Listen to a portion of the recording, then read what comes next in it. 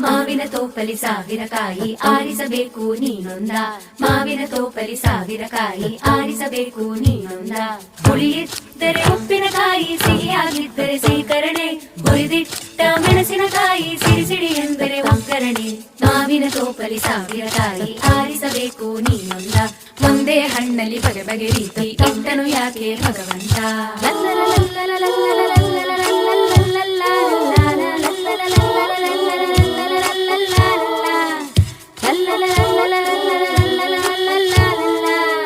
ಗಿಳಿಯೇ ಜೋತು ಬೀಳಬೇಕು ತಾನು ಮೆಚ್ಚೋ ಹಣ್ಣಿಗೆ, ಒಳಕೆ ಜೋಡಿ ಆಗಬೇಕು ಅರಳು ಕಲ್ಲಿಗೆ.